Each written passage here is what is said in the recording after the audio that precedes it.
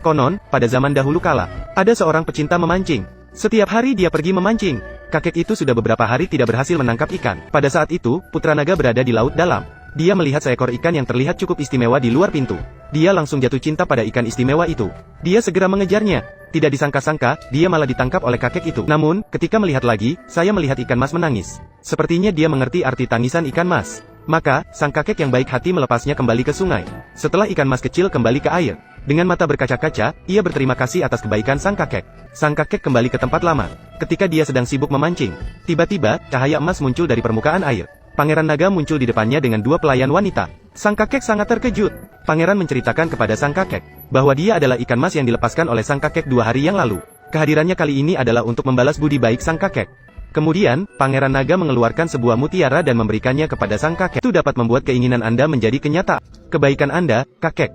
Terima kasih, saya sangat berterima kasih. Setelah pulang ke rumah, kakek menceritakan kronologi kejadian kepada istrinya. Dia meminta istrinya untuk mencoba mengutarakan keinginannya. Dengan ragu-ragu, sang istri mengungkapkan keinginannya. Rumah seketika bergetar. Dalam sekejap, rumah itu berubah menjadi rumah besar. Pakaian yang dikenakan juga berubah menjadi mewah. Kemudian, kakek berkata, "Saya ingin sedikit makanan. Setiap hari bisa makan 3 kali dan kenyang." Dalam sekejap, gudang penuh dengan makanan yang cukup untuk seumur hidup mereka. Kami telah melewati kesulitan dan kini menikmati manisnya hidup. Sekarang kami menjadi kaya. Kisah pasangan miskin yang tiba-tiba menjadi kaya dalam semalam. Berita itu cepat menyebar di desa. Penduduk desa datang ke tepi sungai tempat kakek dulu memancing untuk menangkap ikan mas yang bisa mengabulkan keinginan orang-orang yang serakah penuh di tepi pantai.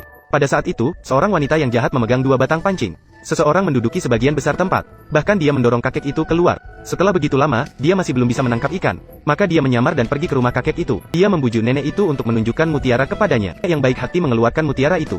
Wanita itu tiba-tiba berpura-pura batuk dan meminta nenek itu masuk untuk menuangkan air kepadanya. Dia memanfaatkan kesempatan untuk melakukan pertukaran. Dia mencuri mutiara yang asli. Setelah berhasil, dia segera pergi dari sana. Ketika nenek itu kembali ke rumah dan meletakkan mutiara kembali ke tempat semula, mutiara itu malah hancur menjadi bubuk. Rumah itu seketika kembali seperti saat mereka miskin. Aduh, jangan sedih, nenek. Mungkin ini adalah keberuntungan kita. Untungnya, kakek memiliki 2 kucing dan anjing yang setia di rumah. Dengan bantuan hubungan mereka, mereka mengetahui keberadaan mutiara. Segera pergi ke rumah wanita di seberang, mengancam tikus-tikus kecil untuk membantunya di rumah ini. Mencari mutiara yang hilang milik tuan rumah mereka. Tikus-tikus dengan tepat datang ke tempat wanita menyembunyikan mutiara. Akhirnya berhasil mengambil kembali mutiara. Namun, saat kembali melintasi sungai, ada insiden kecil.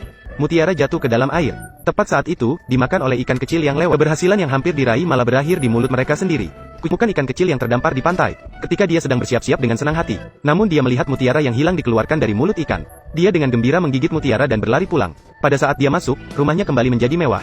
Pasangan tua itu memegang mutiara yang telah mereka dapatkan kembali. Mereka sangat berterima kasih kepada kedua anak kecil itu. Sejak itu, mereka hidup dalam keadaan tanpa kekhawatiran akan sandang dan pangan.